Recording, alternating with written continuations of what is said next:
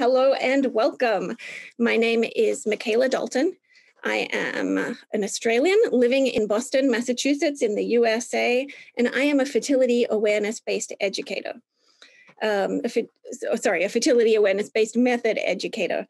I've been doing this work since 2011. So for some time now. And I am also on the Premom App in the More section of your app. If you look at the home screen on the bottom right, there are 3 little dots and More.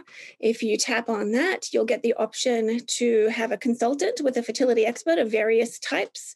There are physicians, there are nurses, and there are people like me, fertility awareness based method educators. So we can help you with charting your fertility. We can help you decide if your charts are showing any red flags for any issues that might be being demonstrated in your cycles that you might want to talk to a medical professional about. We can do things like advise on appropriate timing based on your chart for having intercourse to achieve a pregnancy, things like that. So today's topic is learning a fertility awareness based method. So that's FABM, but for short, if you want to take it down to an acronym, we usually just pronounce it FAM.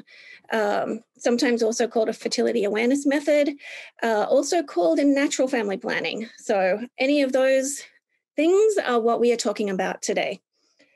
So this is something that I actually believe should be taught to all people in school, maybe middle school or high school. I believe this is basic body literacy, and I would have loved to have been taught this when I was going through school so that I wouldn't be surprised by my period when it arrived. Every month or two, I would be like, oh, yes, it's here. I guess, and usually I would keep supplies in my bag, but sometimes I'd run out and failed to repopulate the bag with supplies and things like that. It would have been nice to just know when to expect it. So I actually think this should be common knowledge. Unfortunately, it is not. And so because you are on Premom and you are most likely trying to conceive a pregnancy, you might have just started to learn about tracking your cycles or trying to pinpoint your ovulation window so you can time intercourse accurately, things like that. So you might be new to this, and it's okay. It's a little bit of a learning curve. All of these methods are based on well-established biological science.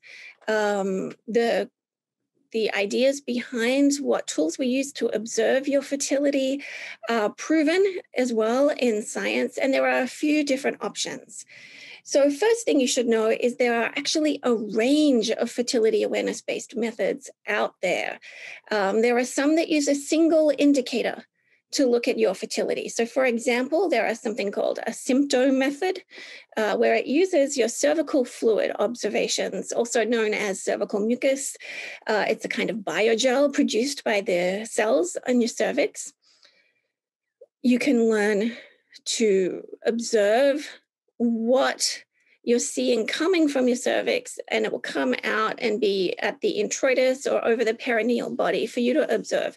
So you can actually feel changes as you walk about the day or as you wipe after the bathroom, things like that. So if you've ever heard the term egg white cervical mucus, EWCM, or peak type cervical mucus, that's the very most fertile type of mucus, which would be clear, stretchy, slippery, watery, wet feeling, things like that.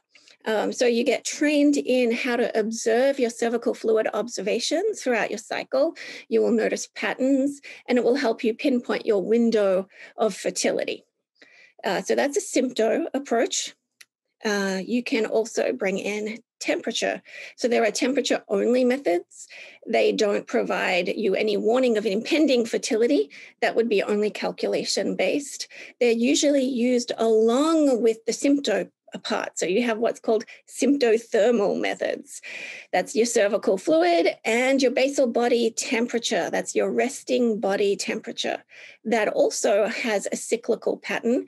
So just like your cervical fluid observations will change through the cycle from less fertile to more fertile to most fertile to less fertile again. with the temperature, the thermal component, you'll see that your temperature each morning is in a certain range. And then that's all pre-ovulation. And then after ovulation, your range will jump up higher. So that's a really common approach. It's called a symptothermal method. And more recently, we have a hormonal method or monitor method or symptohormonal method or symptohormonal thermal method. And these are things that are looking at the hormones that your body is and measuring those, usually through a metabolite in your urine or directly in your urine. So these are the pee in a cup methods, I like to call them. That's when you are taking a sample of your pee, usually in the morning, and you have a little test stick that you use. So with Premom, very often people are using LH tests, or also known as ovulation tests. And that's another component. So you have these three methods. There's also another method I should mention, and those are more of a calendar method approach or a rhythm method approach, where the only biomarker you're looking at is bleeding. So that's a very, very basic approach, very old world, I should say, just looking at bleeding. Most of the big methods these days are using different biomarkers of those kinds. So you have the single biomarker sympto, that's your cervical fluid. You have symptothermal, that's cervical fluid and your resting body temperature, your basal body temperature. And then you have the hormonal methods or monitor methods, whatever you want to call those. And that's when you're using actual hormone testing at home. And you can use that in conjunction with cervical fluid or in conjunction with temps or all three. The method that I am certified in is called Boston Crosscheck, and we do support all three of those major observations. And we have different options for wearable thermometers and oral thermometers and other hormone tests as well. So I'm really familiar with using all of these things. The thing I want to tell you is that these are descriptions of methods, but under these descriptions, there are various brands, I should call them. There are different methods within these approaches. So you have this approach that uses this tool or this set of tools. And then under that approach, there are various branded methods. They can vary according to their rules or how they prefer that you make observations or how they chart the observations. So just be aware, for example, that under the single indicator sympto methods, the cervical fluid methods, there are methods such as Family of the Americas, the Creighton model, the Billings ovulation method. So you have a few choices right there. And although they're looking at the same biomarker, they are taking different approaches. So if that's something you were really interested in and you want to get really fluent in observing and interpreting your cervical fluid observations, you might find that one of those methods suits you better than the others. And that's fine. They do differ. So be aware that you can kind of check them out and say, well, look, this one seems too fluid to me. I'd like something more standardized. I don't like to come up with my own descriptions of what's going on. So if you'd started out with, say, the Billings ovulation method approach, you might say, well, I think I'd prefer something more standardized. And you might switch to the Creighton model. Or vice versa, you might say, oh, the Creighton model doesn't really seem to fit my personality. I don't like the repetition in the questions. I don't like the standardized model they have. I want to be able to say that my cervical fluid is doing something that doesn't quite fit in these classifications. You might want to switch to the Billings ovulation method. So there are differences there. Within a symptothermal method approach, that is the cervical fluid and your basal body temperature. You might say, well, look, I would like a method that has a solid religious underpinning.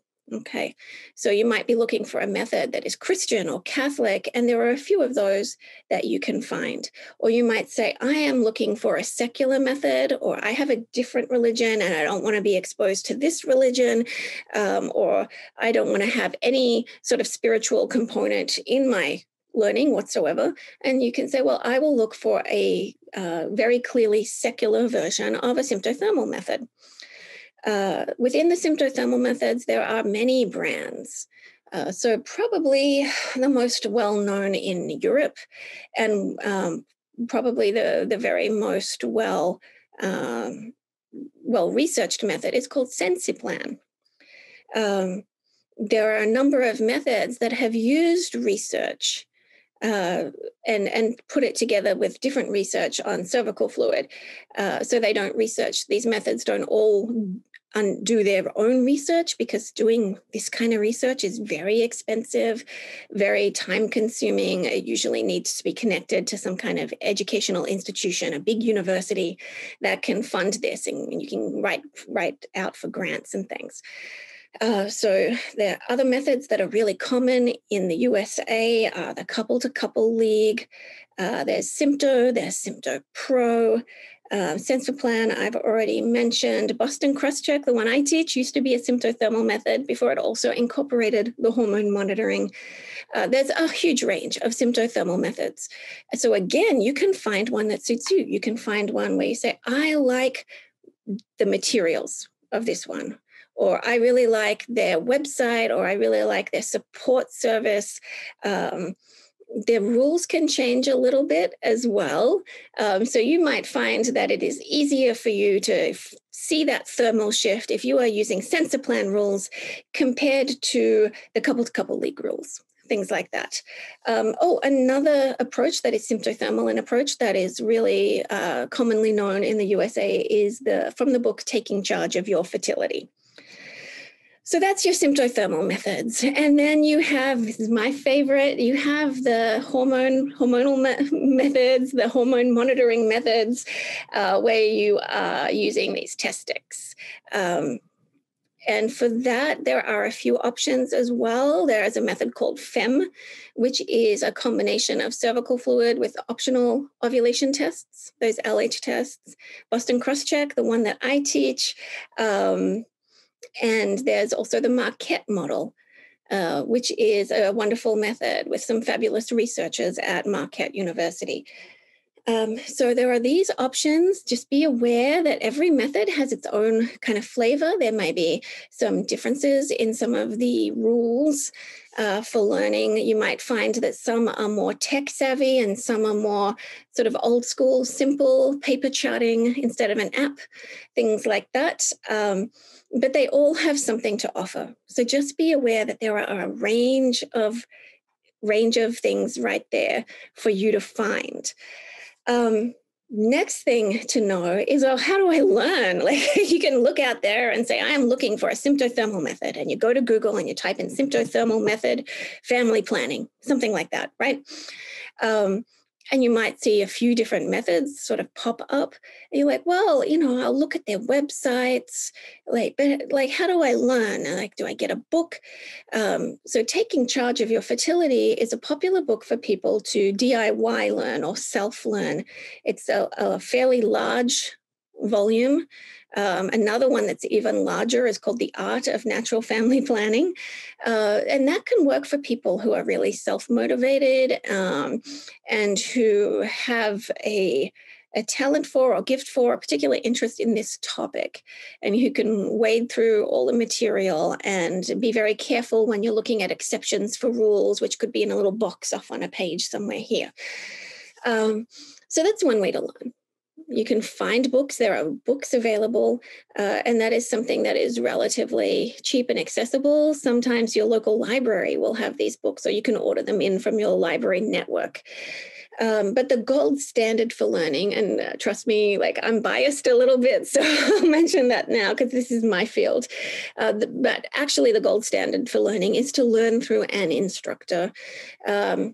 This is the only thing that has had any amount of decent research behind it for knowing how well it works. So most of the research that's been done on FAM, the Fertility Awareness Based Methods, has been done based on having an instructor or a teacher pass the information on and guide somebody through the use. So just bear that in mind, that's what we have research on, and we don't have a lot of evidence as to how well people learn or how well they can apply the knowledge if they are self-learning.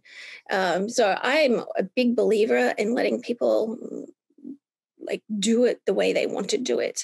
But just be aware that the way that it's been passed on so far has been through instruction. And this can be through a group or one-on-one instruction.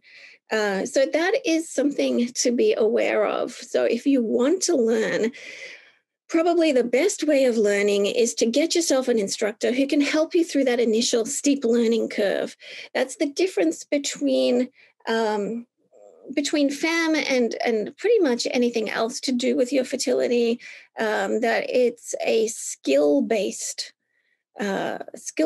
thing that does require some input of time and input of effort, and there is a learning curve initially. Most people get the hang of it after a couple of cycles, in my experience. But if you want to get the easiest, smoothest transition, an instructor is the way to go. However, it can be self-learned. I've seen people do that successfully. So it's not impossible at all. So that's what you do. The next question, of course, is, well, now that I've got this method, I've chosen a method, and now I've decided that I will either try to self-learn. I've got some good textbooks that I'm going to read and a guide, and I'm going to do some practice charting and see how it goes. Or I think I'm going to get an instructor to help guide me through this journey. Well, how do you pick an instructor? Right? So you have to first pick a method, and then you're like, well, how am I going to learn? With some methods, you do need to get an instructor because they don't provide materials for self-learning. It's just not designed for that. It's all been designed to pass through person to person, which is really sweet and lovely. And I do like that. But sometimes that's the constraint. Other times you see, well, I could learn online. I could watch some pre-recorded videos, or I could learn one-to-one. How do I choose what fits my life, what fits my learning style, what fits my values? If you're going an instructor route, how do you choose an instructor? And for that, I think it's worth doing some investigation. Like, how much experience does the instructor have? Do you want somebody who's been through a similar story to you? Like, if you're struggling with conceiving, do you want somebody who's experienced that or has done a lot of work with people who have struggled to conceive? Do you want an instructor that has a large family? Do you care if your instructor has any children or not yet? All of these kind of things come in. Do you like their teaching style? How much do they cost, or what do they offer for that? How long will you work with them? Will they take text messages from you or only email? Do they do phone calls? All of this kind of stuff comes in. It's good to find a good fit. This makes a huge difference to your experience of acquiring body literacy, learning your own body, applying that knowledge, going through your fertile life with this knowledge. So I think the first thing that makes a difference is hitting on the right method fit for you. And that can vary person to person, and also with the same person at different times of their lives. So right now, my youngest child is 6 years old. I have 3, and my youngest is 6. And I find myself very easily able to take my temperature each morning without forgetting.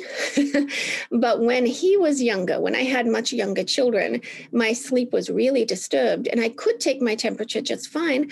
But a lot of the time I just forgot, because the reason I woke up was because a baby was crying, And so I just I didn't stop to put the thermometer in my mouth. I just got it straight out of bed. I didn't want to hear my baby cry. So that works for me really well now. Taking my temperature each morning is totally fine. But 5 or 6 years ago, that wasn't such a great fit. So things can change over time.